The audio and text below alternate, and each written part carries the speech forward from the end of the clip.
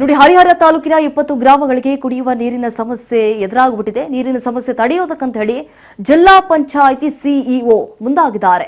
ಬೆಳಗಿನ ನಡೆ ಗ್ರಾಮದ ಕಡೆ ಅನ್ನುವಂತಹ ವಿಶೇಷ ಕಾರ್ಯಕ್ರಮವನ್ನು ಕೂಡ ಅಲ್ಲಿ ಹಮ್ಮಿಕೊಳ್ಳಲಾಗಿದೆ. ಅಂದ್ರೆ ವಿಶೇಷ ಕಾರ್ಯಕ್ರಮದ ಮೂಲಕ ಹಳ್ಳಿಯತ್ತ ಅಧಿಕಾರಿಗಳು ಹೋಗಿದ್ದಾರೆ.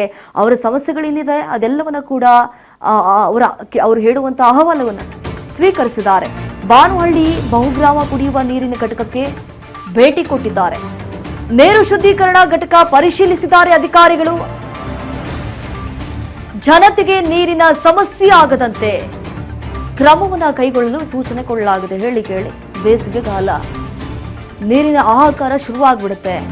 ನೀರು ಸರಿಯಾಗಿ ಸಿಗಲ್ಲ, ಪರದಾಡುವಂತಹ ಪರಿಸ್ಥಿತಿಗೆ ಒಳಗಾಗ್ಬಿಟ್ಟಿದ್ದಾರೆ ಅಲ್ಲಿರುವಂತಹ ಗ್ರಾಮಸ್ಥರು. ಕುಡಿಯಕ್ ನೀರಿಲ್ಲ, ಬಳಸಕ್ಕೂ ನೀರಿಲ್ಲ, ಏನಪ್ಪ ಜೀವನ ಅಂತ ಹೇಳಿ ಹರಿಹರ ತಾಲೂಕಿನ 20 ಗ್ರಾಮಗಳಿಗೆ ಕುಡಿಯುವ ನೀರಿನ ಸಮಸ್ಯೆ ಉಂಟಾಗ್ಬಿಟ್ಟಿದೆ. ಅಧಿಕಾರಿಗಳು ಕೂಡ ಒಂದು ವಿಶೇಷ ಕಾರ್ಯಕ್ರಮವನ್ನ ಹಮ್ಮಿಕೊಂಡಿದ್ದಾರೆ. ಬೆಳಗಿನ ನಡೆ ಗ್ರಾಮದ ಕಡೆ ಅನ್ನುವಂತಹ ವಿಶೇಷ ಕಾರ್ಯಕ್ರಮ ಇದು. ಯಾಕಂತಂದ್ರೆ ಅಲ್ಲಿರುವಂತಹ ಮಂದಿ ಏನೇನು ಸಮಸ್ಯೆಗಳನ್ನ ಹೇಳ್ತಾರೆ ಅವೆಲ್ಲವನ್ನ ಕೂಡ ಕೇಳುವಂತಹ ಪ್ರಯತ್ನಕ್ಕೆ ಅಧಿಕಾರಿಗಳು ಮುಂದಾಗ್ತಿದ್ದಾರೆ. ಬಾನುಹಳ್ಳಿ ಬಹುಗ್ರಾಮ ಕುಡಿಯುವ ನೀರಿನ ಘಟಕಕ್ಕೆ ಭೇಟಿ ಕೊಟ್ಟು ಅವರ ಸಮಸ್ಯೆಯನ್ನ ಬಗೆಹರಿಸಬೇಕು ಅನ್ನುವಂತಹ ನಿಟ್ಟಿನಲ್ಲಿ ಈ ಒಂದು ಕಾರ್ಯಕ್ರಮವನ್ನ ಹಮ್ಮಿಕೊಳ್ಳಲಾಗಿದೆ.